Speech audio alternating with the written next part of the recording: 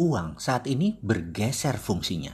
Dulu sebelum tahun 1900, uang itu belum menjadi uang, menjadi raja seperti sekarang. Uang masih hanya pelancar transaksi, uang hanya alat bayar.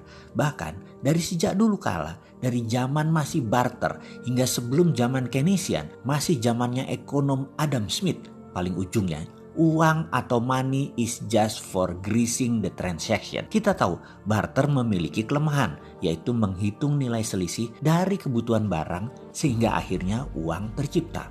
Uang masih logam di awalnya dan hanya untuk pelumas transaksi, hanya untuk pelancar transaksi. Bergesernya uang menjadi kertas atau fiat terjadi distorsi atau pergeseran karena banyak timbul kecurangan. Kalau fisik logam sulit dipecah-pecah untuk bilangan kecil, maka kertas lebih mudah dan tersering kertasnya dicetak lebih banyak, dan inilah asal muasal inflasi. Kertas berharga tidak berhenti di uang berbasis logam mulia tentunya. Dunia mengenal saham, kepemilikan atas aset lain bukan logam mulia, tetapi perusahaan aktif atau perusahaan sehat. Untuk menerbitkan sebuah nilai ini rumit karena harus ada valuasi dan lain sebagainya yang sesungguhnya semua itu abstrak, tak jelas banget kebenarannya. Namun harus dipastikan demi terciptanya nilai pada kertas tadi. Printing saham sebenarnya printing money juga. Di tahun 1929 semua memuncak, dunia depresi, resesi parah. Uang kertas dan saham tidak terkendali cetakannya dan nilainya. Lebih ke emotional value, nilai emosional bukan nilai real lagi. Atau nilai sebenarnya yang ada sisi produksinya. Maka meledaklah Great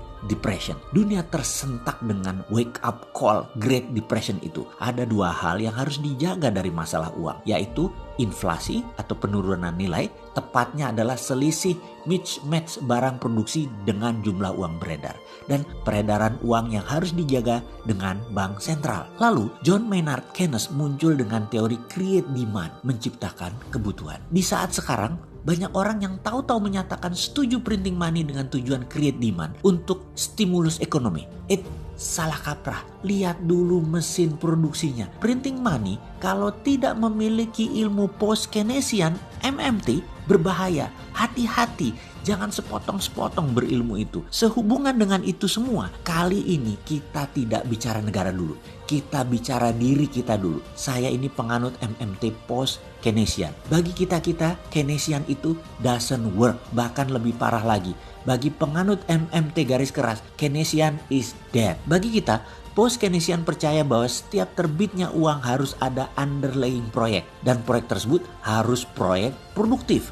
Dan harus industri, harus manufaktur, atau ada logam mulianya. Karena itu, untuk tidak berteori, kita mempunyai program personal SWF. Apa itu program personal SWF? SWF kita tahu singkatannya adalah Sovereign Wealth Fund. Hanya ini bukan sovereign negara, tapi personal wealth fund. Sekali lagi, kita masuk ke topiknya. Apa itu program personal SWF? Dinaran adalah aplikasi yang terkoneksi dengan sistem gerbang pembayaran nasional. Di mana kalau Anda membuka akun di Dinaran, setiap rupiah Anda ada emas senilai uang Anda. Karena memang setiap rupiah yang Anda masukkan adalah membeli emas. Kemudian setiap Anda mentransaksikan di semua toko, di merchant, menarik tunai di semua ATM. Artinya Anda menjual emas. Setiap hari emas Anda dihitung sesuai dengan naik turunnya harga emas dunia atau harga LBMA atau harga Antam. Bersama Dinaran, rupiah Anda memiliki underlying emas. Dinaran adalah sesederhana